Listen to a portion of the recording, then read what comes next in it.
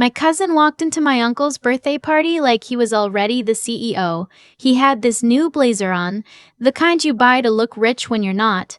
And he spent the first 20 minutes making sure everyone in the room knew he was about to become a co-owner of the family business. He found me by the kitchen, helping my aunt carry out the cake, and he leaned in close enough that I could smell his cologne. "I'd start updating that resume if I were you," he said. "New management's coming in, and I don't think there's room for dead weight." I smiled at him. I carried the cake to the table. What he didn't know, what nobody in that room knew, was that 6 weeks earlier, I had quietly purchased the defaulted loan on Hargrove Manufacturing, all $2.3 million of it, for 31 cents on the dollar. The company my uncle had built over 40 years. The company my cousin was about to be handed like a birthday present. I owned the debt, and under the terms of the loan agreement, that gave me the right to call the note, trigger the default clause, and effectively control the outcome of everything that was about to happen in that conference room on Monday morning. My cousin thought he was inheriting an empire. He had no idea he was walking into a foreclosure. I need to back up. My uncle started Hargrove Manufacturing in a rented garage in Akron, Ohio when I was 4 years old. He made custom steel components, brackets, flanges, specialized fittings for mid-size industrial clients across the Midwest. It wasn't glamorous, but it was real. He built it with his hands and a lot of bad coffee and 20-hour days. And by the time I was in middle school, he had 30 employees and a 15,000 square foot facility. My dad was his younger brother. They were close in the way that brothers are close, when one of them is always borrowing money and the other one is always lending it. My uncle was generous. My dad was grateful. That dynamic calcified over 30 years into something that looked a lot like hierarchy. My uncle made decisions. My dad nodded. Our branch of the family was always slightly downstream. Growing up, I watched my cousin get everything. I watched my uncle pull him out of 2 DOIs without consequence. I watched him get a no-show consultant salary straight out of college while I was taking out federal student loans to study finance at Ohio State. When I asked my uncle once if there were any internship openings at the company, he laughed, genuinely laughed, and said, "You don't want to get your hands dirty with manufacturing, sweetheart. You're too smart for that." He meant it as a compliment. It landed like a door closing. I got my CFA. I got a job at a distressed asset management firm in Columbus. I spent 6 years learning how to evaluate companies that were bleeding out, how to read the autopsy of a business before it died, how to find the value buried under the debt and the bad decisions. I got good at it. I got very good at it. I never told my family what I did. Not specifically. My dad knew I worked in finance. My aunt thought I helped companies with their budgets. My cousin, when it came up at Thanksgiving, once said, "Oh, so you're like a bank teller but fancier." Everyone laughed. I refilled my wine glass. What I actually did was this. I worked for a fund that acquired distressed commercial debt. When a company couldn't service its loans, the original lender, usually a regional bank, would sell that debt at a steep discount rather than go through the painful process of foreclosure themselves. We bought that debt. Then we had options. We could restructure the loan and work with the company to recover. We could force a sale of assets. We could negotiate a deed in lieu of foreclosure where the borrower voluntarily transferred ownership to avoid a worse outcome. We were vultures to some people. To others, we were the only thing standing between them and a complete collapse. I had closed 14 deals in 6 years. I was good at reading the moment when a borrower would rather give up the asset than fight. Hargrove Manufacturing came across my desk 8 months ago. The company had taken on a large SBA loan 4 years earlier to expand capacity, new CNC machines, a second facility in Canton. The expansion had been my cousin's idea. He'd pitched it to my uncle as a way to land contracts with bigger automotive suppliers. My uncle had believed him. The Canton facility had been a disaster. Wrong location, wrong client base, wrong timing. They'd hemorrhaged cash for 2 years trying to make it work, then quietly shuttered it last spring. The original SBA loan had been sold to a regional lender in Cleveland. That lender had been quietly trying to offload the non-performing portion for months. One of my colleagues flagged it. He brought it to me because he knew my family connection and wanted to recuse himself from any conflict of interest. I sat with that file for 2 weeks before I did anything. I want to be honest about this part because it's the part I've thought about the most. My first instinct was to call my dad, to tell him what I was seeing. The loan was in technical default. My uncle didn't know how close to the edge he was. He had been relying on my cousin to manage the financials, and my cousin had been managing them the way he managed everything, with bravado and wishful thinking and a genuine belief that things would work themselves out. I picked up my phone 3 times. I put it down 3 times. I thought about the birthday party 2 years ago when my aunt pulled me aside and told me I should think about settling down instead of chasing a career in something nobody understands. I thought about the Christmas my uncle gave my cousin a Rolex for closing a contract that I later found out he hadn't actually closed. It fell through 6 weeks later and nobody mentioned it. I thought about the decade of family dinners where my cousin talked about his vision for the business while I sat at the far end of the table and updated spreadsheets on my phone. I didn't call my dad. I called my fund manager and told him I wanted to lead the acquisition. We closed on the loan in late February. My name was on the paperwork through a Delaware LLC. Beridian Debt Solutions. Nothing connected it publicly to me. The face on the deal was my colleague, a guy named Holt, who was as bland and forgettable as a manila envelope. He was the one who would show up to the Monday meeting. He was the one who would ask the uncomfortable questions. My uncle didn't know who owned his debt. My cousin definitely didn't know. What happened in the weeks between closing and the birthday party was this. I did my homework. I pulled the full financials. I hired a forensic accountant to go through 4 years of books. What she found wasn't fraud exactly. It was incompetence dressed up in expense reports. My cousin had been running personal charges through the business for years. A car lease, multiple client entertainment charges at restaurants in cities where there were no clients, a $14,000 equipment consultation fee paid to an LLC that, when traced, turned out to be owned by his college roommate. None of it was enough for criminal charges on its own, but all of it together painted a portrait of a man who had been treating the family business like a personal ATM while his father's company slowly drowned. I printed everything. I put it in a folder. I brought it to the birthday party in the trunk of my car. The party was at my uncle's house in Hudson, Ohio, the kind of suburb where the lawns are perfect and the houses have names. About 40 people. Extended family, a few of his old friends, some of my cousin's friends who I'd never met. There was a tent in the backyard and a catered spread, and my uncle was in good spirits, the way he always was at events, which was the only time I'd ever seen him fully relax. My cousin worked the room. He had his girlfriend with him, a woman who laughed at everything he said 3 seconds before it was funny. He shook hands. He told stories. He made a show of clapping my uncle on the shoulder and saying, loud enough for several people to hear, "Big changes coming, Pop. We're gonna take this thing to the next level." My uncle beamed. I stood near the beverage table and drank sparkling water and watched. At one point, my aunt came over to me. She meant well.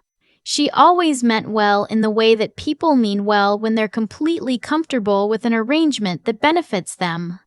She touched my arm and said, "You look tired, honey. You should smile more." Then she drifted away before I could respond. 48 hours later, I was in a conference room. The Monday morning meeting had been arranged under the pretense of a routine loan review. My uncle had been told it was a standard check-in with the lender, paperwork, compliance documentation, nothing alarming.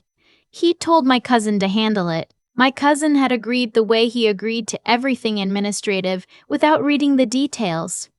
So when I walked into that conference room at Hargrove Manufacturing on a gray Monday morning in April, my cousin was already seated at the head of the table.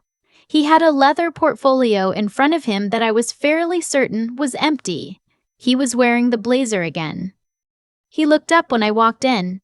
His face went through 3 different expressions in about a second. Confusion, amusement, dismissal. "What are you doing here?" he said. "I'm with the lender," I said. He laughed. "No, you're not." I sat down across from him and opened my own portfolio. Meridian Debt Solutions acquired the non-performing portion of your SBA loan on February 14th. I'm the managing partner. I slid a copy of the acquisition agreement across the table. "You can verify the signatures." He didn't touch the paper.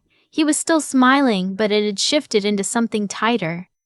"This is a joke. The loan is in technical default under Section 8.2 of your original agreement," I said. "Specifically, the covenant that requires the borrower to maintain a current ratio of at least 1.2. Your current ratio as of Q4 was 0.74. We've been patient, but the clock has run out." My uncle walked in then. He was still in his coat, briefcase in hand, reading glasses pushed up on his head. He looked at me.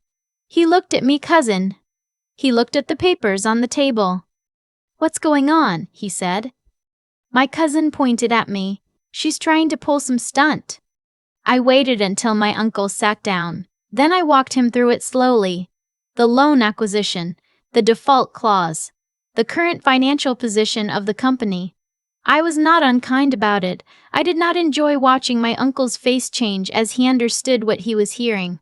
That part was hard. I want to be clear about that. The man had built something real, and watching him realize how badly it had been mismanaged, watching him look at his son while I talked, that was not satisfying. That was just sad. My cousin, to his credit, did not go quietly. "You can't do this," he said. "You're family. This is a conflict of interest. There has to be something." I disclosed the familial relationship to my fund manager prior to acquisition, I said. "There's no legal conflict. I can share the documentation if you'd like." "You went behind our backs." "You've been going behind your father's back for 4 years, I said. I opened the second folder and placed the forensic accountant's summary on the table.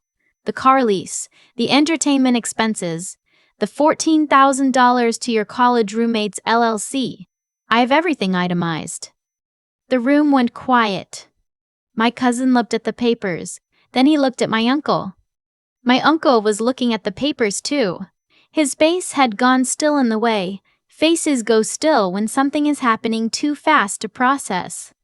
"I have 2 options for you," I said. "Option A, we call the note in full. You have 90 days to refinance or liquidate.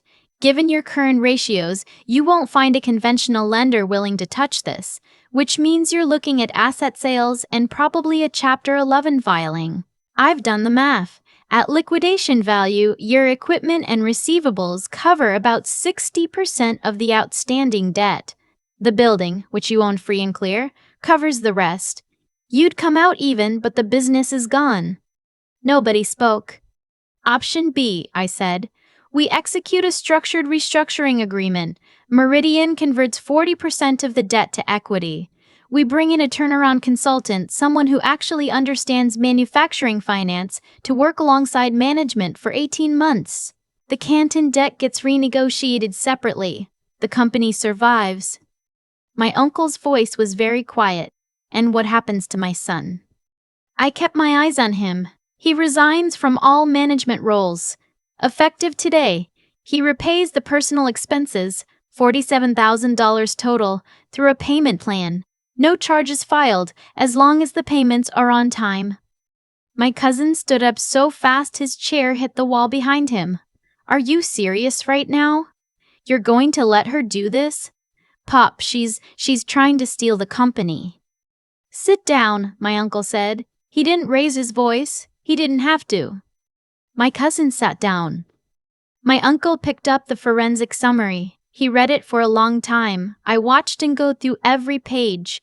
I watched him stop at the restaurant charges. I watched him stop at the LLC payment. I watched him stop at the LLC payment. I watched him set the papers down and look at his son for a moment that lasted longer than it needed to. "How long?" my uncle said. My cousin looked at the table. "Pop, how long has this been going on?" It wasn't a question. My cousin didn't answer. My uncle turned to me. His voice was steady, but something behind his eyes had shifted, some load-bearing thing that had been holding a certain version of the world in place. "The restructuring option," he said. "What does that look like in practice?" "You keep operational control," I said. "Your management decisions stay yours. The consultant advises, doesn't direct. We're equity partners, not operators. In 18 months, if the company hits the benchmarks we agree on, you have the option to buy back the equity stake at a predetermined price. And if we don't hit the benchmarks, then we have a longer conversation." He nodded slowly. "I'd want a lawyer to review everything." "Of course," I said. "Take whatever time you need. The offer stands for 2 weeks." My cousin was staring at me. The bravado was completely gone now. He looked younger without it, which somehow made it worse. "You planned this," he said. "You've been planning this for months." "I've been doing my job," I said. "You hate me." I looked at him for a moment. The honest answer was more complicated than yes or no. I didn't hate him. I'd stopped having strong feelings about him sometime around year 3 of watching him coast. What I felt, sitting across from him in that conference room, was closer to tired.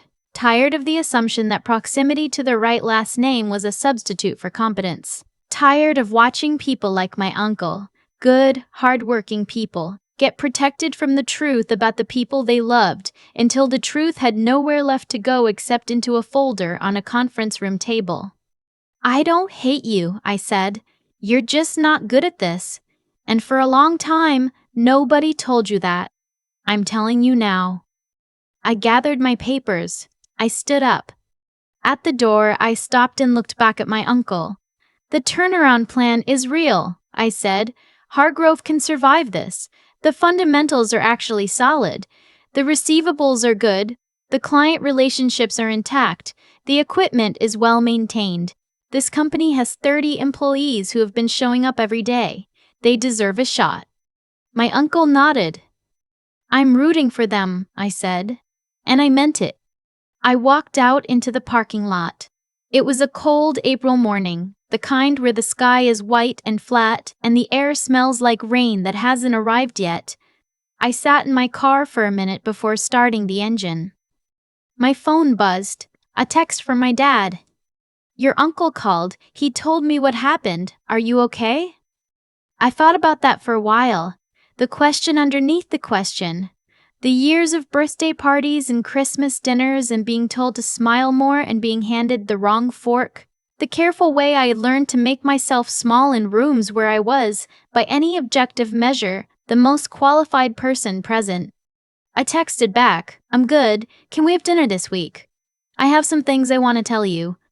My uncle signed the restructuring agreement 12 days later. The turnaround consultant, a woman who had spent 20 years in industrial manufacturing finance and had the calm, methodical energy of someone who had seen every kind of mess, started the following Monday. My cousin cleaned out his office the same afternoon my uncle signed. He didn't say goodbye to the staff. 3 of them texted my uncle afterward asking what had happened. My uncle told them the truth, which I thought was brave of him. The $47,000 repayment plan started in May. The first payment came in on time. 7 months after that Monday meeting, Hargrove Manufacturing hit its Q3 benchmarks. Revenue was up 11%. The receivables were clean. The team that had been quietly holding the operation together while my cousin took credit for their work was finally visible. My uncle called me when he saw the numbers. He didn't say a lot. He said, "You could have let this go under." "I know," I said. "Why didn't you?" I thought about the 30 employees. I thought about the rented garage in Akron and 40 years of 20-hour days. I thought about the fact that the company was worth saving, separate from everything else, separate from any of the family noise that surrounded it. Because the business deserved better than what it was getting, I said. Same as me. He was quiet for a moment. Then he said, I owe you more than an apology. You can start with one, I said. We'll see where it goes. I didn't tell him I forgave him. I wasn't there yet. Maybe I'd get there. Maybe I wouldn't. Some debts take longer to settle than others. But I didn't hang up either. There's a moment in that conference room I keep coming back to, not the part where my cousin's face went blank when he saw my name on the acquisition paperwork, not the part where my uncle went quiet and read through every page of the forensic summary without saying a word. The moment I keep coming back to is smaller than that. It's the drive home afterward, the flat white sky, the smell of rain that never came, my phone buzzing on the passenger seat with a text from my dad. That was the moment it all settled into something real. I spent a lot of years being the person in the room that nobody factored in, and I think the easy story to tell about that is a story about being wronged, about the birthday parties and the dismissals and the slow accumulation of not being seen. That story is true, but it's not the whole truth. The whole truth is that the invisibility gave me something. It gave me time. While my cousin was performing confidence in every room he walked into, I was actually building something. A skill set, a track record, a way of seeing financial structures that most people never learn because they never have to. Nobody handed me access, so I learned to create it. Nobody validated my direction, so I learned to trust my own read on a situation. That process is uncomfortable while it's happening. It doesn't feel like growth. It feels like being left out.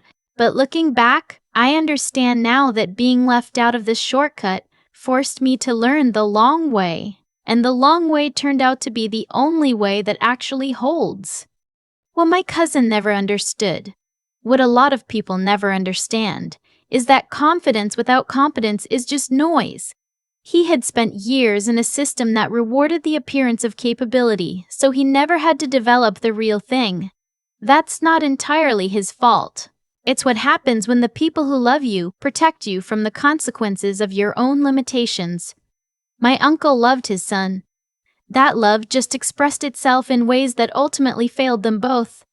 I don't think what happened was justice in some grand, cosmic sense. I think it was just math. Actions accumulate, decisions compound. The gap between what my cousin claimed to be and what he actually was kept widening, quietly, for years. And eventually that gap became a number on a balance sheet that couldn't be hidden anymore. What I'm most proud of isn't the acquisition, it's that I didn't let the bitterness make me small. I had every reason to let that company go under and walk away clean. Instead, I built a restructuring plan that gave 30 people their jobs back and gave my uncle a real shot at saving what he'd spent 40 years building. That choice came from something I'd had to develop slowly and without applause, the kind of integrity that doesn't need an audience, the discipline to think clearly when emotions are pulling in a different direction, and the stubbornness to keep building something real even when nobody in the room was watching. Some debts take longer to settle than others. I said that to my uncle, and I meant it about more than money. I'm still figuring out the rest.